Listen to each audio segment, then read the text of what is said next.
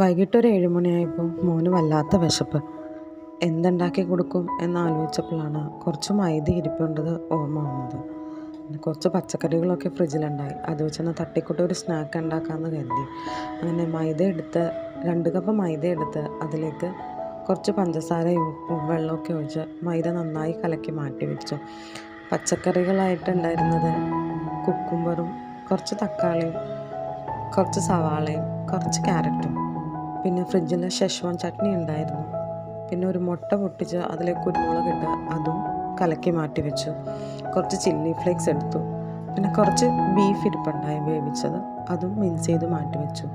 Pan വെച്ചിട്ട് മൈദ കലക്കിയത് പതുക്കെ ചെറുതായിട്ടൊന്ന് പരത്തി അതിൻ്റെ മുകളിലേക്ക് ഷെഷ്വാൻ്റെ സോസും പരത്തി അതിൻ്റെ മുകളിലേക്ക് പച്ചക്കറികൾ ഓരോന്നോരോന്നായിട്ട് ഇട്ട് കൊടുത്ത് ബീഫും ഇട്ട് ചില്ലി ഫ്ലേക്സും പിന്നെ നമ്മൾ മുട്ട കലക്കി വെച്ചിട്ടുണ്ടായിരുന്നല്ലോ അതുമൊക്കെ ഇട്ട് അത് നന്നായിട്ട് അടച്ചു വെച്ച് വേവിച്ചു.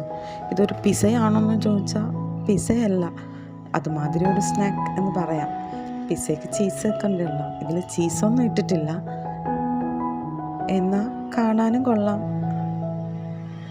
ഇതെൻ്റെ ഒരു പരീക്ഷണമാണ്. പെട്ടെന്ന് എന്തുണ്ടാക്കാം എന്നാലോചിച്ചപ്പോൾ പെട്ടെന്ന് തോന്നിയ ഒരു ഐഡിയയിൽ ചെയ്തെന്നേ ഉള്ളൂ.